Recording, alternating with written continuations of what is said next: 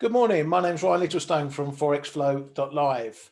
I'm going to continue with a theme that we've been speaking about over the last few weeks, which is dollar versus the yen. And we seem to be breaking all the levels at the moment. Going to start with a daily chart here. Again, chart we've been looking at for quite a while now. And sort of nearly four levels that I've identified here. I've got one at a trend line that I've marked sort of level 2.5 in the mix. And then what we've seen is this big move up. And as I say, we had a big level around about the 106 area, level one, broke through that. Last week, we were heading up towards the 50 fib and the 107.15 area. We've blown through that. And indeed, we've blown through the second level up around the 61.8 fib, you can see on that chart there, and around the 108.20 level. This was a big area that I was looking at, and we went through pretty easily, which shows the strength of the trend in play at the moment. Because when you get a move that pretty much wipes the floor with all the tech, that's when you've got to take notice, because the tech is good for something, but if you've got a big fundamental move happening, sometimes the techs just get blown out the water, as we've seen now. So what we've got here is a move up towards a trend line, and we'll look at that in the chart in a minute. But it's level 2.5, as I've just said, and it's a big trend line coming down from sort of 2016, 2015, that sort of area. So it is going to mark potentially a break here. It's going to mark another shift in this trend and potentially moving above this long-term trend that we've seen in play.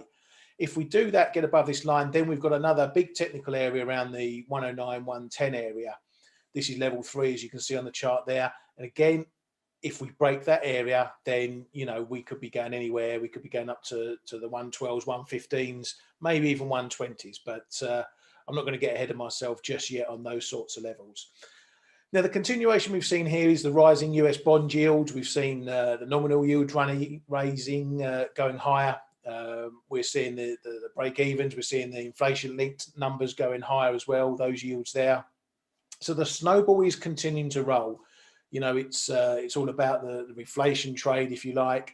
It's about the market putting the central bank calls about their interest rate decisions and when they're likely to start hiking rates into question. And we're seeing no abatement of that at the moment.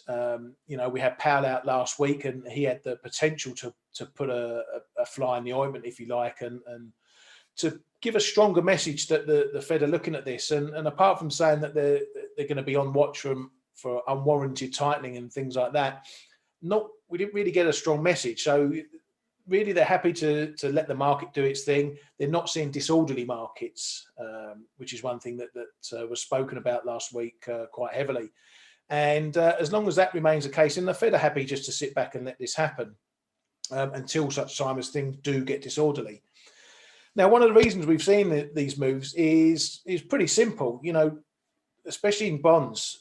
We saw a big run to safety last year, throughout most of last year, from the virus, from Feb-March period.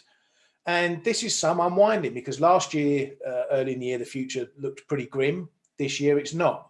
Simply that view is causing a reversal in the safety trades that we've been seeing. And that's been driving the price higher.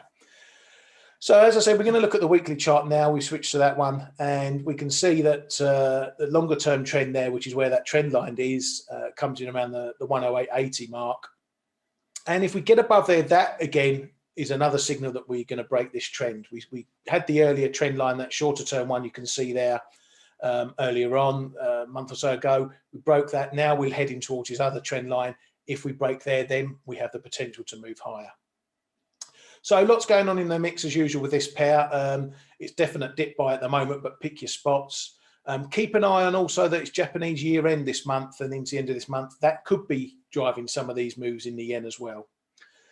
So that's what we're looking at this pair. Continuation again. I'm still long in this pair and enjoying the move higher as long as it lasts, but I'm going to keep my eyes on the levels that are going to be standing in the way. As always, I wish you luck this week.